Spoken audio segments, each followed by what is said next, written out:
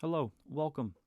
My name is Nicholas Rusolo, and this is episode one of Nick Talks Startups, where I interview founders.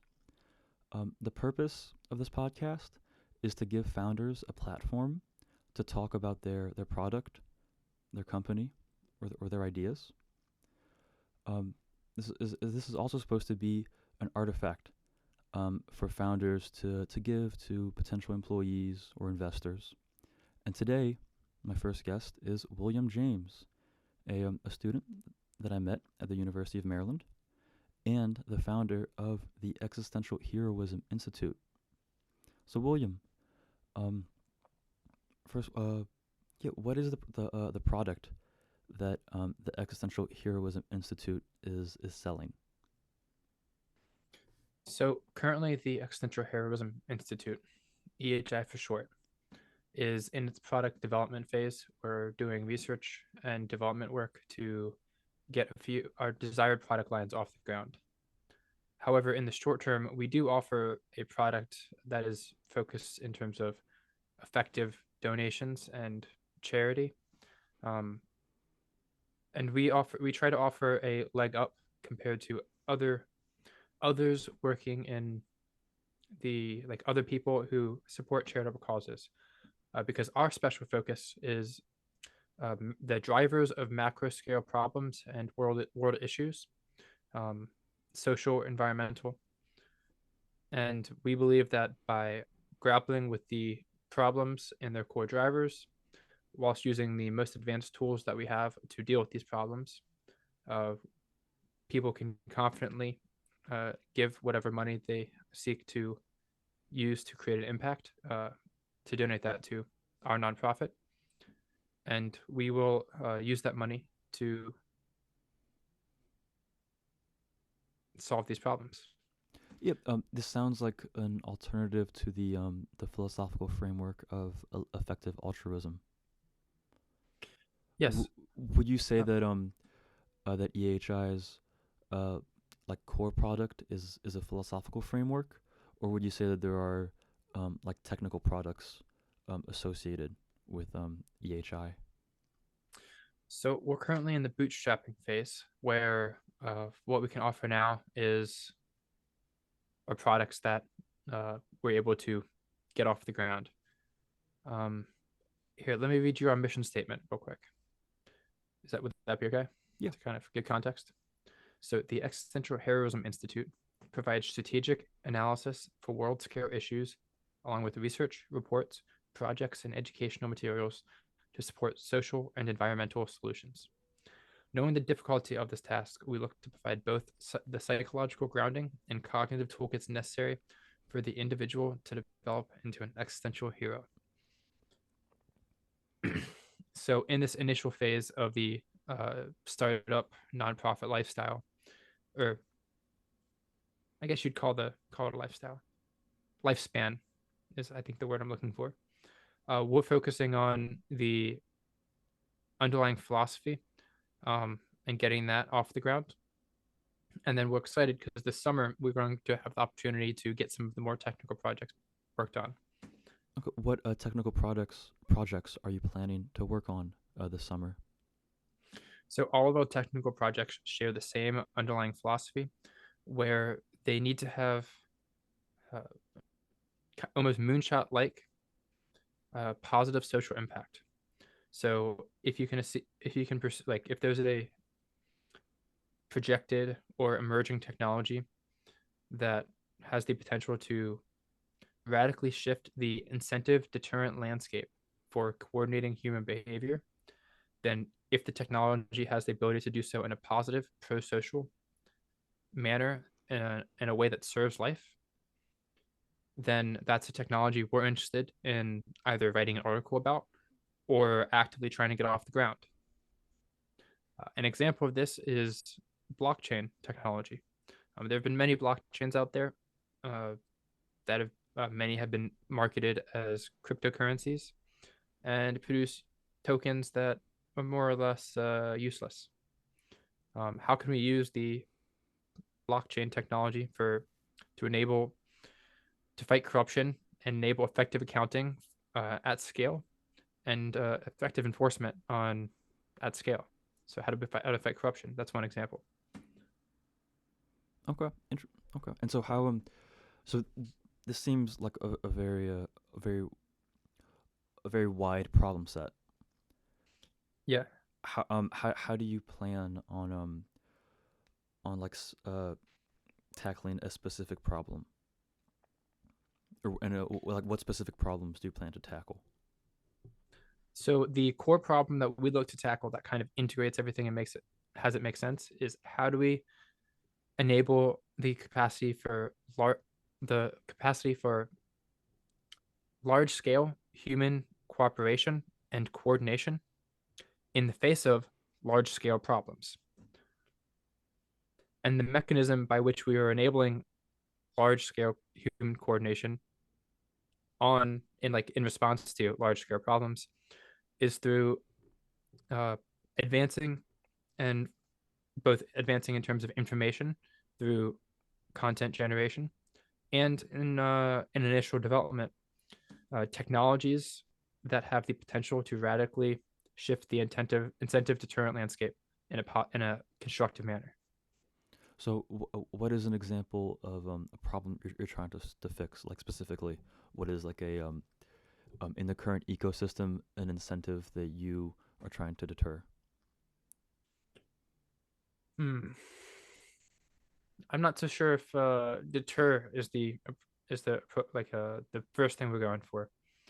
Um, I'm personally interested in longevity work, and we've already pulled from a few different areas of thought. Um, but so I'm interested eventually into doing biotechnology and cellular reprogramming technology for applications to longevity.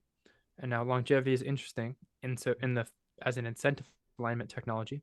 In the longer the individual projects that they will live, as long as it's healthy lives that are worth living, the longer time domain that they will feel personally accountable for.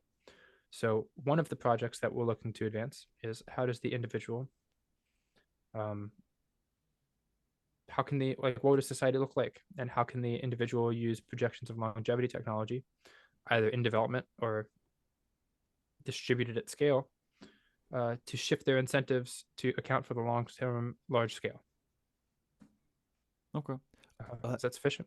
yeah, and I take it also that you majored in bioengineering, so this is where you have like technical expertise in, right? To the extent that an undergraduate can offer, but uh, my credibility would more so come from, well, it's not really there, but my credibility would come from that I spend all my time thinking about this problem landscape. And interestingly enough, the while EHI is focused not so much on the technical bio landscape side of things, it's focused on the human coordination aspect. You can draw very easy parallels between the problems of human coordination, human identity, and the problems of cellular coordination and cellular identity. So, in terms of the information theory that underlies both of the landscapes, uh, it's very easy for me to rationalize giving my attention to the one because I'm. It's almost as if I'm solving both in parallel or simultaneously, because the information theory that underlies both is very similar. Yep. Okay. And so what um so there are many think tanks and research institutes out there. And so what makes the Existential Heroism Institute like stand out in this ecosystem? Yeah. Um, so we're not really looking at first order problems, um, in terms of we're looking at the higher order problems, like what actually causes stuff like climate change, what causes social disparity, why is the incentive landscape incentivizing addiction at scale, what why we really look at the drivers of of the problems that we face as a civilization, but also on the individual level. So what we try to do is a nested approach to modeling the problem landscape, um, where we both look at like a top down, like on civilization, what's going on, but also on the community level, and then also on the individual level of psychology and psychological well-being. And we try to look across all those domains. And then like what are the drivers that tackle each level of analysis, that are generating the problems that we perceive. And so then in response to those drivers, what interventions could we conceptualize and advocate for, or even advance, uh, to really tackle and resolve the underlying drivers? This framework that I'm alluding to, some work has already been done, and this can be coined the meta crisis. I suggest listeners to check out the work of Daniel Schmachtenberger. Uh, he gives a good overview here. Yes, I'm familiar with Daniel Schmachtenberger, and so so the so I guess what differentiates EHI from other like think tanks or research institutes would be Yeah, like the breadth um the breadth of problems that you were looking at, where you're looking at the higher order um like incentive structures. yeah. But that actually functions to reduce the landscape of what we're directly looking at down to be more simple. Once you identify the driver, like the systemic cause of a larger problem landscape, once you identify the cause, well, then you're only looking at a simplified one or two problems, like a reduced. Um, Even though you're indirectly accounting for all of the problems that would then follow. While many think tanks are in response to advocating a narrow political agenda that is more short term focused. Um, you could say I can't actually speak to all of them. We'll just really focus on that long term, large scale, positive impact, um, that accounts for each like n- nested level of the systems that we live in. Okay. Yeah. And so how would you define success in the long term for EHI? So in the long term, I guess I Yeah. would say within the next like 10 years, 10 years. Let's say yeah, I guess I think 20 years or 30 years is a bit too far out because we're specifically talking about like startup companies. Mm. So yeah, how would you define success within the next 10 years for EHI? So success in the like most easiest like checkbox sense, like we this is a success. Um, we like met the most base level mission. Um, is if some of the ideas and content, uh, or even technology that EHI advocates for and looks to get the ball rolling on, if any of that can directly or indirectly influence the trajectory of civilization to reach a like an evolutionary stable state that is not a catastrophe or a dystopia, then I will have considered the work conducted here at EHI a success. Um, Now, that is the lowest level of success of just having an indirect constructive influence. Um, a higher level of success would be we actively we have a more direct role in enabling civilization to avoid a catastrophe state or avoid a dystopic state, and that could be used. That could be identified via the metric of or any of the technologies that EHI started to get the ball rolling on, or help design the policy around integrating into society, um, either by just getting some underlying philosophy out that helped the policy design, or through direct consultation. Um, is any of that seen in the future and actively like widespread? That would be like a mega success. Okay. And so what about in the shorter term? So within the next year to yeah, within the next year or two, how would you define success for EHI?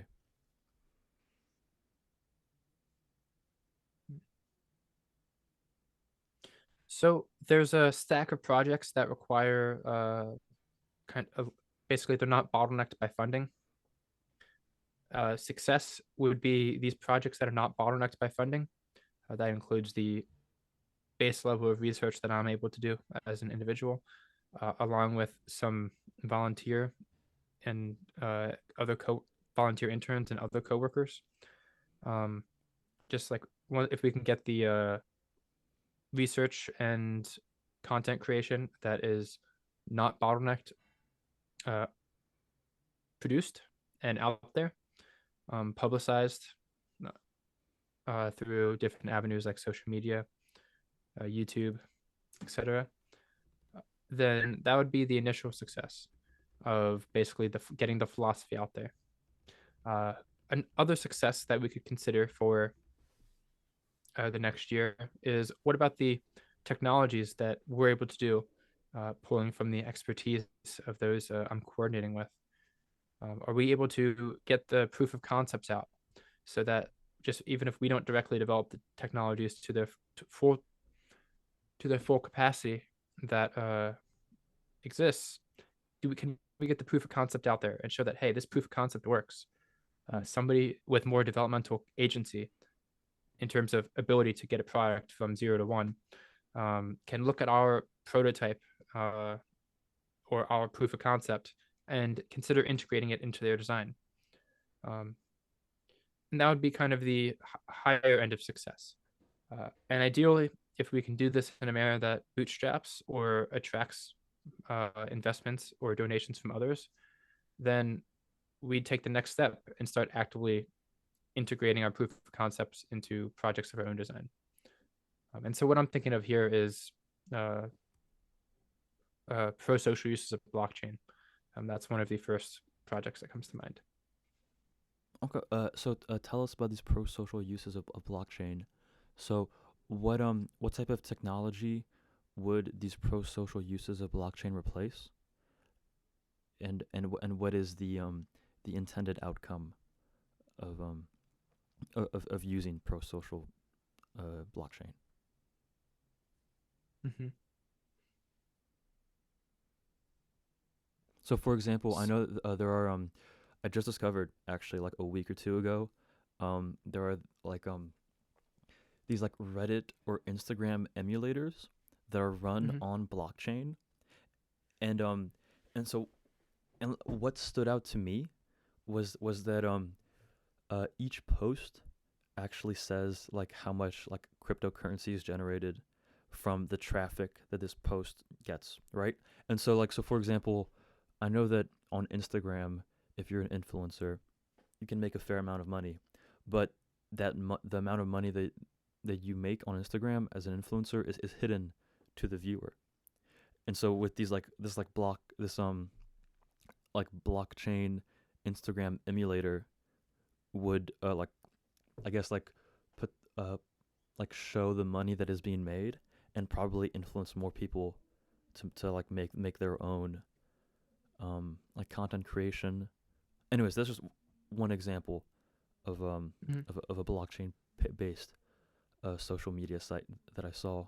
But yes, so what would be a pro social use of blockchain, and what would it be replacing? Yeah. So here's the part think would be fun to share.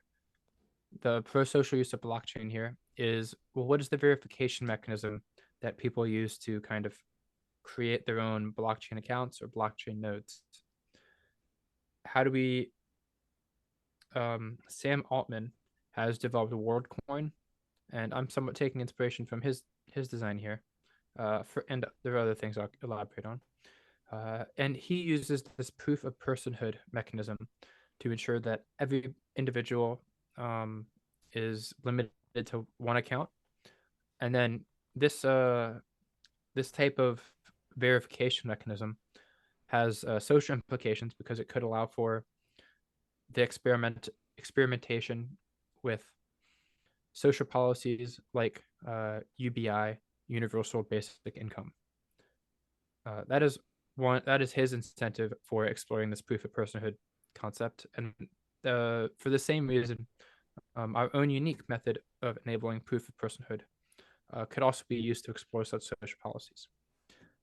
However, that isn't actually the pro-social use I'm intending it for. The pro-social use I'd like to enable is actually distributed healthcare, decentralized and made available to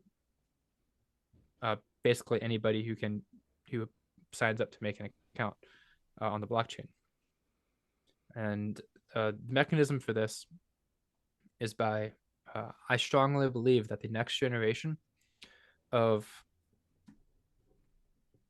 uh, medicine within biotechnology, personalized medicine, will be bottlenecked by access to the individual's full genome sequence. That is because uh, the mechanism of cellular reprogramming and cellular regeneration and regenerative medicine is ultimately requires information processing that can only be done in its highest granularity form. You can of course make heuristics that will have some validity or not, but can only be done in the most precise form through having access to the full genome. So I'm trying to enable the proof of concept. That's funny. I'm trying to enable a proof of concept, proof of personhood verification mechanism where accounts are bottlenecked through getting one's genome sequenced. And by having one's full genome sequenced, they will have that information to then give access to a doctor or to the companies that are developing personalized medicine at scale. So by getting ahead of the biotechnology aspect and getting this genomic data out there for regenerative medicine to be enabled, the bottleneck that would prevent like cures to cancer, longevity therapeutics from being scaled will already be accounted for. And then I can actually go do my part and actually design and engineer these therapeutics. So I will have removed the own bottleneck that I would be facing in the future. So at least how I'm interpreting for this example.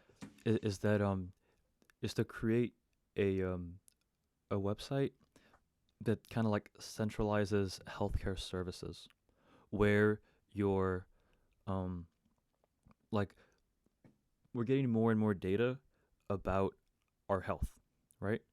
And and so this data is valuable, right? Because it tells us about if we're in good health, bad health, and we can use like predictive models for for different diseases, and so to get all this data onto a specific and very secure site, um, would be transformative. Like I would like use it and tell my friends about it, and that's I think what you're aiming for a startup, right? Is to create something where it's so good that that everybody that uses it tells people like, oh, this is a great site, and but then I don't I'm having a hard time connecting how the blockchain is essential to this site being made. Um, Yes. So mhm. let me butt in here and add a little bit here for you. So yes, I'd love to replicate some of the functionality that full genome sequencing will enable for the benefits of, say, like getting to know your ancestors, like replicating functions of uh, figuring out what percentage of one's genome is from what location. Can you get in contact with the ancestors and relatives? That would be a cool function of the service. That's been done before. Same with like, hey, you have this gene, which means you're going to have a hairy back, or you're going to go bald early. Adding this like replicative function would be cool, and or adding these functions would be cool, and to like showing what disease people are at risk at. That's part of it, and we do want to make a cool website there. But that will only really incentivize people who are already in this like health tech. Like I want to know my metrics. How much sleep am I getting at night? I'm wearing an Apple Watch or I have an Aura ring. Aura ring. Um, like that will only incentivize the people who are already into that health community, which isn't everybody. So that won't be sufficient to get all like a widely decentralized uh, access to personalized medicine via having one's genome already sequenced. the function I'm going for here is if this proof of personhood mechanism is has the kinks worked out and the proof of concept is shown as something that's valid, then similar to WorldCoin's iOrb, which has been made open source and can be integrated into and their verification system can be integrated into many different coins design, then our proof of personhood mechanism here that requires getting one's genome sequence can be integrated into other blockchain systems and other cryptocurrencies, or one of our own design. So then when people are like, hey, I want to buy this cryptocurrency because look at how much the value is raising, the value, like how much its value is, then they could purchase it. But before they purchase it, they have to join the network. They have to get the genome sequenced.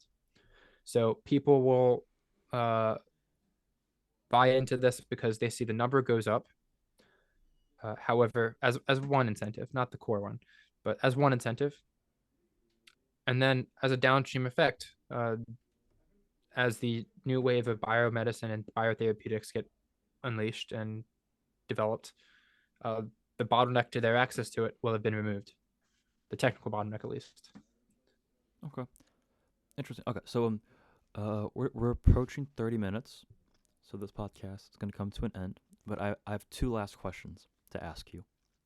The first one is, what type of employees are you looking for to hire at EHI? What projects would you like your employees to work on? What domains of competence would you like these employees to have? Or just overall, what type of employees are you looking for? Yeah, the screen I'm using for employees is what is the incentive structure of the employee? Um, the ideal incentive structure would be someone who has who's willing to learn about the meta crisis, to learn some psychology, to really grapple emotionally and intellectually with the problems that civilization is facing today. That can be just as a heuristic. These can be explored through the podcast that Daniel Schmachtenberg has created. I believe him and Nate Higgins have created some good ones as well together. Um, so that would be like the ideal candidate. Is their core incentive structure is to explore these difficult ideas and to face up to them kind of forthrightly. Um, uh, yeah, and then understanding that people have to get their basic needs met. Um, the to the extent that the the financial motive is instrumental to the higher order kind of similar philosophy and ethical framework, um, somebody would make a great employee. So Okay. And yeah, my last question has to do with investors.